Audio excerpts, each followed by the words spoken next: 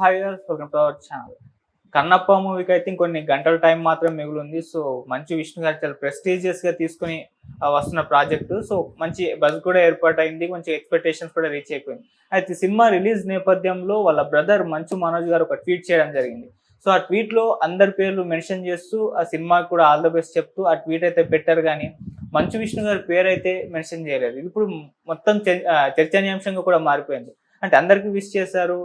Manchu Vishnu పేరెందుకు mention చేయలేదు. ఆఖరికి ఫోటోలు పెట్టారు. ఆ ఫోటోలో కూడా మంచు విష్ణు గారు ఎక్కడ లేకపోవడం అనేది ఒక విచిత్రం. సో, దీనికి సంబంధించి ఎందుకు ఇంకా గొడవలు అలాగే ఉన్నాయా? మరి మంచు మనోజ్ గారు ఎందుకు విష్ణు గారిని మెన్షన్ చేయలేదు? దీనికి సంబంధించే చర్చ పెట్టడానికి మనతో పాటు సీనియర్ ఫిల్మ్ జర్నలిస్ట్ అప్పాజీ గారు ఉన్నారు. వారిని అడిగి తెలిసిన ప్రయత్నం అయితే చేద్దాం. సార్ నమస్కారం సార్. నమస్తే ఆదిత్య. కొంతకాలం నుంచి కూడా చూస్తున్నాం మంచు ఫ్యామిలీలో పరిస్థితులు ఏ విధంగా ఉన్నాయో, అన్నకి తమ్మునికి మధ్య గొడవలు తారాస్థాయికి కూడా చేరుకున్నారు.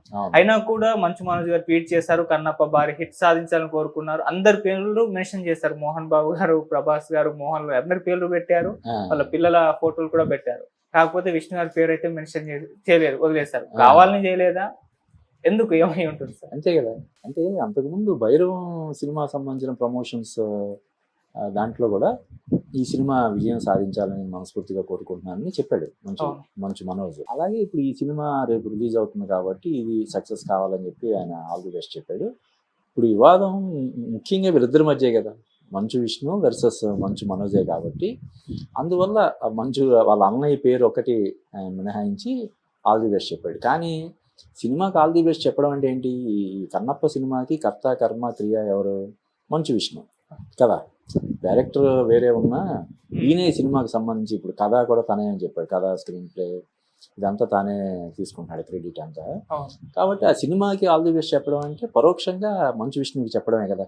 ఆ సినిమాకి main lead, producer plus creative side కూడా ఆయనే ఉన్నాడు. కాబట్టి ఈ సినిమా రేపు సక్సెస్ అయితే ఆ క్రెడిట్ మొత్తం మంచు విష్ణుకి వెళ్తుంది. కాబట్టి పరోక్షంగా మంచు విష్ణు కూడా చెప్పినట్టే. కాబట్టి దాన్ని ప్రత్యేకంగా మనం చూడాల్సినటువంటి అవసరం లేదు. ఏదైతే వాళ్ళకి ఉన్న ఆ గొడవలు ఏవైతే ఉన్నాయో అవి ఇంకా సాల్వ్ కాలేదని మనకు తెలుస్తుంది. కాబట్టి అందువల్ల వాళ్ళ అన్నయ్య పేరు ఒకటి మినహాయించి మిగతా వాళ్ళందరికీ ఆల్ ది బెస్ట్ చెప్పాడు. కానీ చెప్పాను కదా, ఈ సినిమాకి సంబంధించి మొత్తం అంతా కూడా బ్యాక్ ఎండ్లో ఉన్నది మంచు విష్ణు. కాబట్టి మంచు విష్ణుకు కూడా ఆల్ ది బెస్ట్ చెప్పినట్టుగానే మనం భావించాలి. ఓకే, అందులో తనికెళ్ళ భరణి గారి పేరు కూడా మెన్షన్ చేశారు. సో, ఆయన డ్రీమ్ ప్రాజెక్ట్ ఇది, ఆయన స్టోరీ అని చెప్పేసి మెన్షన్ చేశారు. కాకపోతే ఈ స్టోరీ విషయంలో మంచు విష్ణు గారికి తనికెళ్ళ భరణి గారికి చిన్న గొడవ జరిగినట్టు కూడా వార్తలు వచ్చాయి. అది క్లారిటీ తెలియదు కానీ, సో ఇది కంప్లీట్ గా తనికెళ్ళ భరణి గారి డ్రీమ్ ప్రాజెక్ట్ అన్నట్టుగా ఆయన మెన్షన్ చేశారు. ముందు ఇది ప్రాజెక్ట్ తెర మీదకి వచ్చింది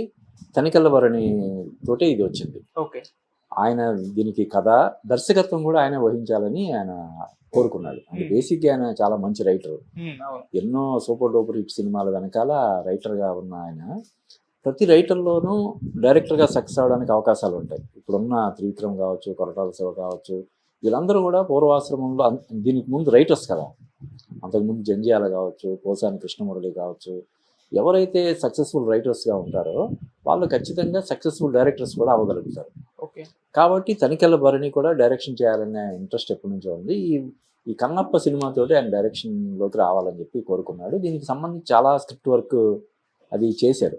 కాకపోతే తర్వాత క్రియేటివ్ డిఫరెన్సెస్ కావచ్చు, లేకపోతే వేరే కారణాల వల్ల ఆయన ప్రాజెక్ట్ నుంచి తప్పుకోవడం జరిగింది. కానీ ఆయన కాంట్రిబ్యూషన్ కూడా చాలా ఉంది కాబట్టి బహుశా ఆయన కూడా క్రెడిట్ ఇచ్చి ఉంటారు.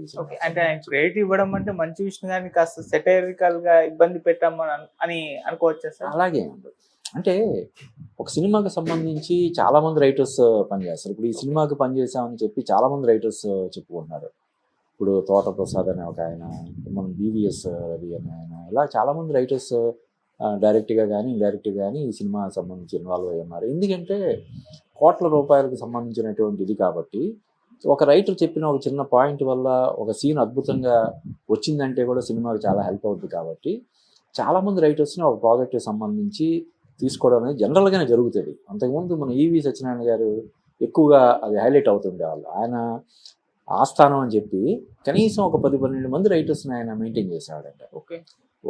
ఈ 10 మంది ఇచ్చిన వెర్షన్స్లో ఇందులో నుంచి ఒకటి, అందులో నుంచి ఒకటి, ఇలా మంచి మంచి అన్నీ తీసుకొని ఒక స్క్రిప్ట్ కింద ఆయన చేసుకున్నాడు అంటే డైలాగ్స్ కానీ సీన్స్ కానీ మేనరిజం కానీ ఇలాగా ఓకే. అలాగా ఒక పెద్ద ప్రాజెక్ట్ సంబంధించి చాలామంది రైటర్స్ పనిచేస్తుంటారు.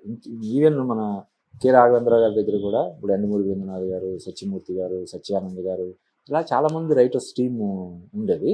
అలాగే ఈ సినిమాకు కూడా చాలామంది రైటర్స్ ఖచ్చితంగా వర్క్ చేసే ఉంటారు. ఎందుకంటే ఇది పాన్ ఇండియా ప్రాజెక్ట్ లా కూడా ఉంది కాబట్టి అటు హిందీలో, తమిళంలో, కన్నడలో, మలయాళంలో అన్ని భాషల్లో విడుదలవుతుంది కాబట్టి ఎక్కడ రిస్క్ తీసుకోవడానికి ఎవరు అంత సాహసం చేయరు కాబట్టి ఎవరైనా ఒక రైటర్ ఏదైనా మంచి పాయింట్తో వస్తే ఖచ్చితంగా వాళ్ళు తీసుకుంటారు. ఓకే సార్, మొన్నటి వరకు కూడా మనోజ్ గారు అంటే నా సినిమాకి భైరవన్ సినిమాకి భయపడి పోస్ట్ పోన్ చేసేసాడు కన్నప్ప సినిమాని కామెంట్ చేశాడు. ఆ తర్వాత హార్డ్ డిస్క్ విషయంలో మంచు విష్ణు గారే మనోజ్ ఎత్తుకెళ్ళిపోయాడు అని చెప్పేసి అదొక గొడవ నడిచింది. అంటే కన్నప్ప విషయంలో మొన్నటి వరకు ఒకలాగా మనోజ్ గారు ఉండడం, సో ఇప్పుడు కంప్లీట్ గా భైరవంలో ఒక ఈవెంట్ లో చెప్పడం, ఇప్పుడు విష్ చేయడం అనేది ఏ రకంగా ఈ మార్పు గల కారణం ఏంటంటే? అదే అంటే ఎప్పుడు అన్నదమ్ముల మధ్య ఉండే గొడవలు ఎప్పుడు శాశ్వతంగా ఉంటాయని మనం ఆశించకూడదు కదా, చేయకూడదు కదా.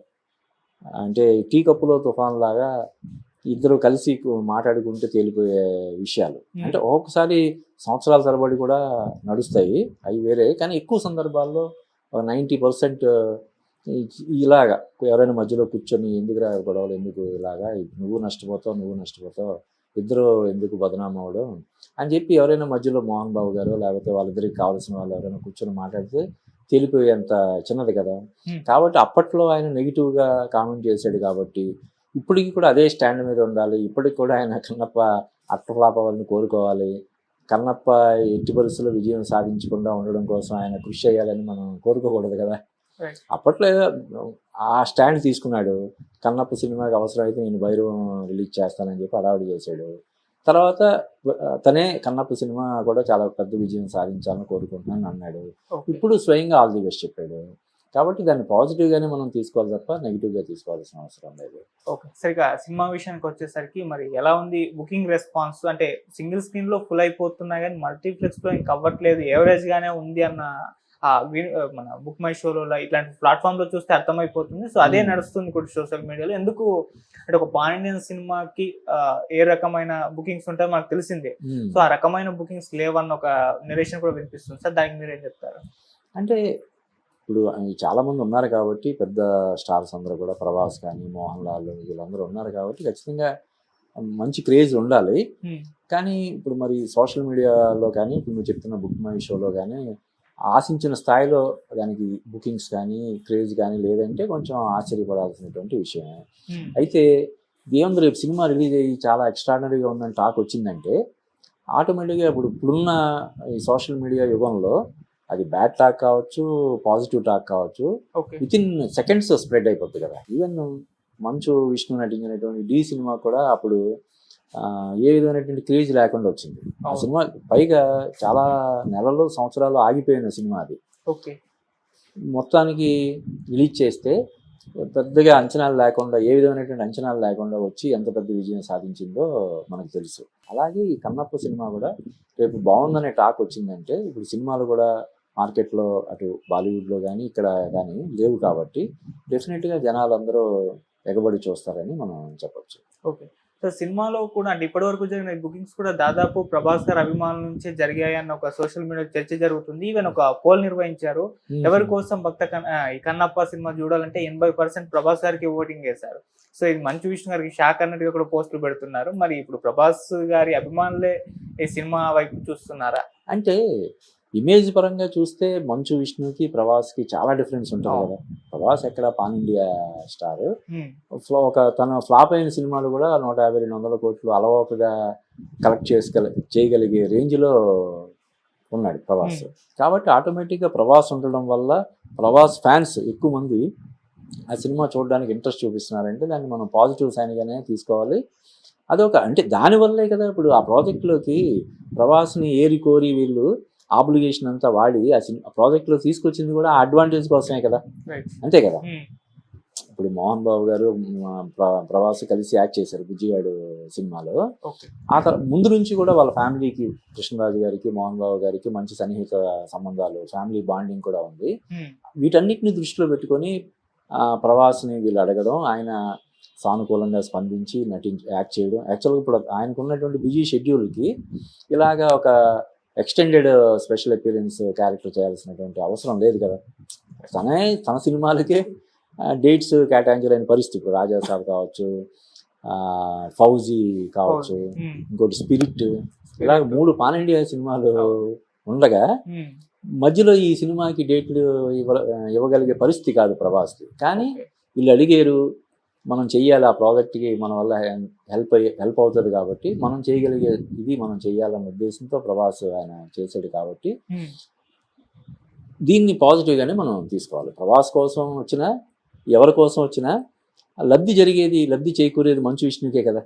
సినిమాకి ఎవరి కోసం వచ్చినా కూడా అల్టిమేట్గా ఆ సినిమాకి మేలు జరిగితే అది మంచు విష్ణుకే ప్రయోజనం కలిగించే అంశం కాబట్టి దీన్ని మనం పాజిటివ్గానే తీసుకోవాలి. ఓకే, ఇంకోటి చివరిగా సార్, ఈ సినిమాకి సంబంధించి ఒక ప్రెస్ నోట్ రిలీజ్ చేశారు. ఆ 24 ఫ్రేమ్స్ నుంచి, లేకుంటే కన్నప్ప మూవీ అఫీషియల్ సోషల్ మీడియాలో సినిమా పైన నెగిటివ్ రివ్యూస్ రాస్తే కేసులు ఎదుర్కోక తప్పదు, అంటే కావాలని ఇంటెన్షనల్ గా పట్టుబట్టి సినిమా బాగున్నప్పటికీ కూడా ఒక కావాలని దీన్ని ఎలాగైనా నెగిటివ్ చేయాలన్న ఒక ఉద్దేశంతో చేస్తే మాత్రం కంపల్సరిగా కేసు ఎదుర్కోవాల్సి అయితే ఉంటుందన్న. ఇప్పుడు దీనిపైన చర్చ జరుగుతుంది. అంటే సినిమాకు నచ్చలేదని పెడితే కేసులు పెట్టేస్తారా, చెప్తే పెట్టేస్తారా అన్నట్టుగా చర్చ కూడా జరుగుతుంది. మరి అదే ఇప్పుడు నువ్వు నాకు పంపిస్తే చూశాను నేను, కానీ అఫీషియల్ గా అయితే అటువంటి ప్రెస్ నోట్ వచ్చినట్టు లేదు. అంటే మన మీడియా గ్రూప్ లో అయితే అఫీషియల్ గా అటువంటి ప్రెస్ నోట్ ఏం రాలేదు, కానీ నువ్వు చూపించింది మరి అఫీషియల్ గా రిలీజ్ చేసినట్టే ఉంది. కానీ ఇది భావ ప్రకటన స్వేచ్ఛకి సంబంధించినటువంటి ఒక అంశం. అంటే ఈ సినిమాకి సంబంధించి కావాలని తప్పుడు ప్రచారం చేస్తే మేము చర్యలు తీసుకుంటామని అనడం వేరు, కానీ కేసులు పెడతామనడం అంటే ఇప్పుడు ఒక సినిమా ఉదాహరణకి ఒక సినిమా అందరికీ నచ్చాలని లేదు కదా.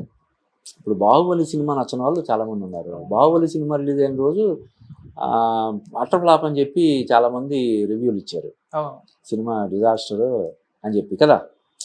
ప్రభాస్ ఒక అమృతాంజన లేదంటే జండుబామ భుజాన్ని పెట్టుకొని ఆ శివలింగం ప్లేస్లో అమృతాంజన కానీ ఇది కానీ భుజాన్ని పెట్టుకొని నడుస్తున్న పోస్టర్స్ డిజైన్ చేసి సోషల్ మీడియాలో ఇది చేశారు, పాపులర్ చేశారు. కొంతమందికి నచ్చలేదు. ఒక సినిమా అందరికీ నచ్చాలని లేదు కదా. ఇప్పుడు 150 కోట్లు మన జనాభాలో కొంతమందికి నచ్చుతుంది, కొంతమందికి నచ్చదు. నచ్చలేదు అన్న వాళ్ళ మీద కేసు పెడతామంటే అది మరి నాకు తెలిసి సాధ్యం అయ్యే విషయం కాదు. అలా అని కావాలని చేస్తే, దుష్ప్రచారం చేస్తే పనిగట్టుకొని అది ఖచ్చితంగా ఏవైతే మన నిబంధనలు ఉంటాయో వాటిని అతిక్రమించి చేస్తే మాత్రం వాళ్ళు చర్యలు తీసుకోవచ్చు. కానీ మామూలుగా ఎవరైనా నాకు ఈ సినిమా నచ్చలేదు అని చెప్తే వాళ్ళు కేసులు పెడతారని నేను అనుకోవట్లేదు. కేసులు పెట్టడానికి అవకాశం కూడా లేదు కదా. అలాగే ఎలా కేసులు పెట్టేస్తారు? డబ్బులు కొనుక్కొని వెళ్ళాడు, టికెట్ కొనుక్కొని డబ్బులు పెట్టి సినిమా చూశాడు, అతనికి నచ్చని విషయాన్ని బయటకు వచ్చి చెప్తే కేసు పెడతారా కదా.